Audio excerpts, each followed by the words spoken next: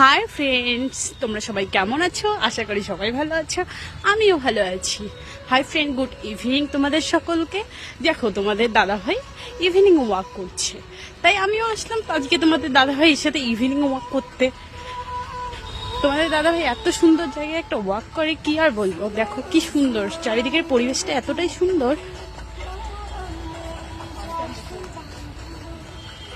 বলার কিছু নেই, এতটাই সুন্দর। দেখাচ্ছি তোমাদের চারিদিকটা, দেখো। ইভিনিং এ এখানে খুব ভালো লাগে এসে ওয়াক করে, শান্ত পরিবেশ, সাথে যদি থাকে মিউজিক, এখানে মিউজিকও বাজছে, খুব সুন্দর লাগছে।